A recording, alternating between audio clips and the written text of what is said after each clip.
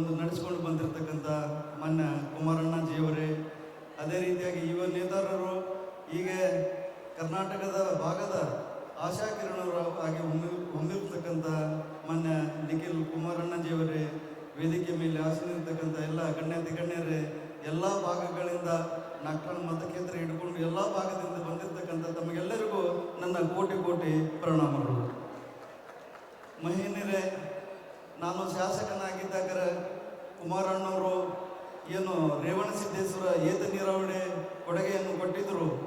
ಅದಕ್ಕೆ 250 ಕೋಟಿಗಳ ಒಂದು ಯೋಜನೆ ಇಟ್ಟು ಮರುಜೀವವನ್ನು ಕೊಟ್ಟಿರ್ತಕ್ಕಂಥದ್ದು ಯಾರಾದರೂ ಇದ್ದರೆ ಮಾನ್ಯ ಕುಮಾರಣ್ಣಜಿಯವರು ಅಂತೇಳಿ ಈ ವೇದಿಕೆ ಮುಖಾಂತರ ನಮ್ಮ ಜಿಲ್ಲೆಯ ಜನತೆಗೆ ನಾನು ತಿಳಿಸಲು ಬಯಸ್ತೇನೆ.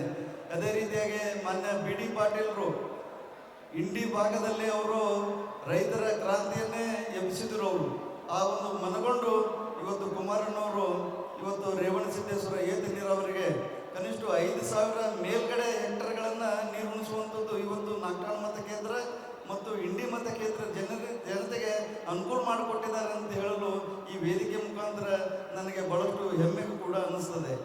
ಅದೇ ರೀತಿಯಾಗಿ ಇನ್ನು ಬರ್ತಕ್ಕಂಥ ಒಂದು ರಾಜಕೀಯ ದಿನಮಾನಗಳಲ್ಲಿ, ಯಾಕಂದರೆ ಇಂಥ ಒಂದು ನಾಯಕರು ನಮ್ಮ ಜಿಲ್ಲೆಗೆ, ನಮ್ಮ ರಾಜ್ಯಕ್ಕೆ ಬೇಕು. ಯಾಕಂದರೆ ರೈತರ ಪರವಾಗಿ ಧ್ವನಿ ಎತ್ತಿರ್ತಕ್ಕಂಥದ್ದು, ರೈತರ ಸಾಲ ಮನ್ನಾಗಳನ್ನು ಮಾಡಿರ್ತಕ್ಕಂಥದ್ದು, ಶೈಕ್ಷಣಿಕವಾಗಿ ಉದ್ಯೋಗವಾಗಿ ಎಷ್ಟು ಬೃಹತ್ ಕರ್ನಾಟಕವನ್ನು ಬೆಳೆಸಲು ಸಂಪೂರ್ಣವಾಗಿರ್ತಕ್ಕಂಥ ಒಂದು ನಾಯಕತ್ವವನ್ನು ಇವತ್ತು ಮಾನ್ಯ ಕುಮಾರಣ್ಣವರಿಗೆ ರಾಜ್ಯದ ನಾಯಕತ್ವವನ್ನು ನಾವು ನೀಡಬೇಕಾಗಿದೆ.